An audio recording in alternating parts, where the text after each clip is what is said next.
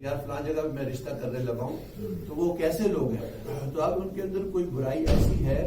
کہ جس کا بتانا جو ہے ضروری ہے اور جس سے اپنے مسلمان بھائی کو بچانا ضروری ہے. تو اگر یہ ان کی برائی جو ہے اس کا اظہار کر دے اور بتا دے اور وہ خبردار کر دے تاکہ وہ اس کے شر سے بچ جائے اور وہاں جو ہے وہ معاملہ نہ کریں، تو اس کی جو ہے وہ اجازت جو دی گئی. تو یہ وہ صورتیں ہیں کہ جن کے اندر انسان جو ہے وہ جو غیبت ہے وہ کر سکتا ہے. اسی طرح سے کوئی حکام ہے کہ ان کے اندر جو ان کی جو ڈیوٹیز ہیں، جو ان کے فرائض ہیں، ان کو وہ صحیح طور سے انجام نہیں دے رہے. اب ان کی غیبت جو ہے ان سے جو بڑے افسران ہیں ان کے پاس جا کے انسان کر سکتا ہے. تو یہ وہ صورتیں ہیں جن کی کہ غیبت کرنے کے اندر جو ہے شریعت نے جو ہے وہ اس کی ہمیں جو ہے اجازت دی. لیکن سب سے امپورٹنٹ چیز یہ ہے کہ ہمیں اپنا جو ہے محاسبہ کرنا ہے. وہ یہ دیکھنا ہے کہ ہماری زندگی کے اندر جو غیبت ہے اس کو ہم نے اپنے یعنی رویے سے اور اپنی بات چیت سے جو ہے اس کو نکالنا ہے. اور اس کا جو ہے ہم نے پختہ عزم اور ارادہ کرنا ہے کہ انسان جب تک کسی چیز کا پختہ عزم اور ارادہ نہیں کرتا تو اس کو وہ چیز جو ہے وہ حاصل نہیں ہوتی. تو یہ رمضان شریف کے مبارک اوقات ہیں، جو مبارک مہینہ ہے، اس کے اندر ہم اس بات کی نیت کریں کہ ہماری زندگی میں یہ غیبت کا جو ناسور ہے اس کو ہم نے اپنی گفتگو سے اور بات چیت سے جو ہے وہ ارادہ تک جو ہے نکالا. کیونکہ جب کسی کو کسی چیز کی ضرورت ہوتی ہے تو اس کے لیے وہ پکا ارادہ کرتا ہے. ایک شخص ہے اس کو کوئی جاب لینا ہے، نوکری لینی ہے، اب اس کا وہ ارادہ کرتا ہے، اس کے لیے پوری کوشش کرتا ہے. کسی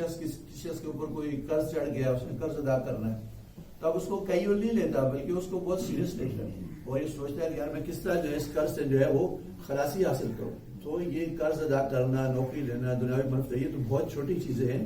یہ غیبت کرنا جو ہے ایسی بڑی مصیبت ہے کہ اس سے اللہ تعالیٰ کی ناراضگی ہوتی ہے اور انسان کی آخرت جو ہے وہ خراب ہوتی ہے. کہ جس کی آپ غیبت کر رہے ہیں اس کا جو ہے وہ حساب بھی دینا پڑے گا. چاہتا ہے کہ بہت نیک لوگ ہوں گے جو اپنی نیکیوں کی وجہ سے ان کے لیے جنت کا فیصلہ کیا جا چکا ہوگا، لیکن جب وہ پل صراط کی طرف جائیں گے، کیونکہ پل صراط ایسا پل ہے جس کے اوپر کہ سب کو ہی گزرنا ہے، جو نیک لوگ ہوں گے، اہل ایمان ہوں گے، متقی ہوں گے، وہ اس پل صراط پر سے گزر کے جو ہے جنت کے اندر داخل ہوں گے. اور خدا نخواستہ جن کے جو بدعمالیاں ہوں گی، بدکاریاں ہوں گی اور ان کے لیے جہنم جو مقدر ہو چکا ہوگا، تو پل صراط سے کٹ کے جو نیچے جہنم میں گر جائیں گے. تو جو لوگ کثرت سے لوگوں کی غیبت کیا کرتے تھے، جب وہ پل صراط کی طرف جائیں گے تو فرشتے ان کو روک لیں گے کہ تم پل صراط پر نہیں جا سکتے،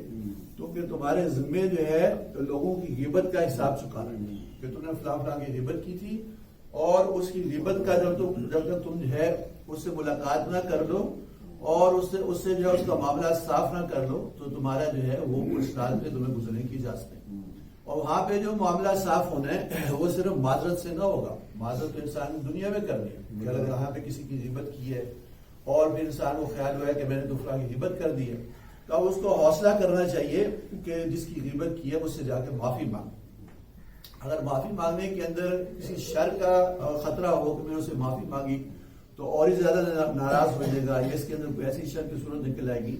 پھر معافی نہ مانگے، صرف یہ کہ اس کے لیے توبہ استغفار کرے، آئندہ کے لیے ارادہ کرے کہ جو ہے اس کے لیے دعا بھی کرتا رہے گا اور استغفار بھی کرے گا اور آئندہ جو ہے غیبت نہیں کرے گا. اور پھر جو ہے قیامت کے اندر جو غیبت کی ہوگی، معافی تلافی کیے بغیر انسان اس دنیا سے چلا جائے گا، تو وہاں پہ جو سکہ چلتا ہے وہ نیکیوں کا ہے کہ وہاں جس کی غیبت کی ہوگی تو اپنی نیکیاں اس کو دینی پڑیں گی. اگر نیکیاں نہ ہوگی تو اس کے گناہ جو اس کے اوپر جو ڈال دی جائے. تو انسان جو ہے اس بات کا جو ہے عزم اور ارادہ کرے کہ ایسی خطرناک چیز ہے، اس سے اپنے آپ کو جو ہے میں نے اپنی زندگی کے اندر سے اس چیز کو نکالنا. اور اس کا بہت رواج ہے اور اس کو انسان جو ہے اس کو کچھ سمجھ نہیں. خاص طور سے گھروں کا جو مستورات ہیں ان میں تو عام طور سے اس کی عادت جو پائی جاتی ہے. تو یہ بہت ضروری ہے جہاں غیبت ہو رہی ہو انسان وہاں پہ جو غیبت کرنے والا اس کو ٹوکے کہ تم یہ بات جو کر رہے ہو یہ تم بہت بڑا نقصان کر رہے ہو، اور غیبت تم کر کے جو مجھے سنا رہے ہو تو میرے کانوں کو جو اس گناہ کے لیے، کبیرہ گناہ کے لیے تم جو استعمال کر رہے ہو. اور پھر جس کی غیبت ہو رہی ہے اس کی کوئی نہ کوئی اچھائی اور جو ہے اس کا کوئی نہ کوئی تعریف جو ہے وہاں بیان کرے کہ جو شخص جو اس کی برائی بیان کرنے والے ہیں اس کا اثر جو ہے ظاہر ہو جائے. اور اگر کوئی ایسی مجلس ہو کہ جس کے اندر انسان بیٹھا ہے اور غیبت ہو رہی ہے اور نہ تو اس کو منع کرنے پہ قدرت رکھتا ہے اور روکنے پہ قدرت رکھتا ہے اور وہاں پہ بیٹھ رہا ہے مجبوری میں، تو وہاں سے نکل جائے، وہاں پہ نہ بیٹھے بلکہ وہاں سے نکل. تو ایک تابعی ہیں رحمۃ اللہ علیہ، وہ اپنا واقعہ بیان کرتے ہیں کہ میں ایک مجلس میں تھا اور وہاں پہ غیبت جو ہے وہ خیر کی باتیں ہو رہی تھی، اچھی باتیں ہو رہی تھی، باتیں اچھی کرتے کرتے لوگوں نے جو ہے کسی شخص کی غیبت کرنا شروع کر دی. تو اب میں نے ان کو روکا لیکن میری بات کو انہوں نے لیا نہیں، تو میں وہاں سے اٹھ کے جو ہے وہ چلا گیا. اب وہاں سے جب چلا گیا تھوڑی دیر کے بعد میں دوبارہ اس مجلس کے اندر جو لوٹ کے آیا کہ شاید انہوں نے اپنا موضوع جو ہے وہ بدل لیا ہو. تو واقعی انہوں نے موضوع جو ہے بدل لیا تھا اور ادھر ادھر کی جو خیر کی باتیں وہ کر رہے تھے. تو میں دوبارہ اس مجلس میں بیٹھ گیا، لیکن تھوڑی دیر کے بعد پھر جو ہے انہوں نے غیبت کی طرف جو ہے وہ دھیان ہوا اور غیبت دوبارہ شروع ہو گئی. اور ان کی مجلس کی وجہ سے ایسا ہوا کہ میں نے بھی چند کلمات جو ہے وہ غیبت کے کہہ دیے. اب جب ہم وہاں سے اٹھ کے آ کے میں اپنے گھر میں رات میں آرام کرنے لگا تو نیند کے دوران خواب کے اندر جو ہے ایک حبشی میرے پاس آیا اور اس کے ہاتھ میں جو ہے وہ تشت تھا گوشت کا. تو اس نے اشارہ کرتے ہوئے کہا کہ یہ گوشت ہے سور کا اور یہ میرے ہاتھ کے اندر یہ ڈنڈا ہے کوڑا ہے اور تم اس کو کھاؤ. تو میں نے اس کو کہا کہ یہ تو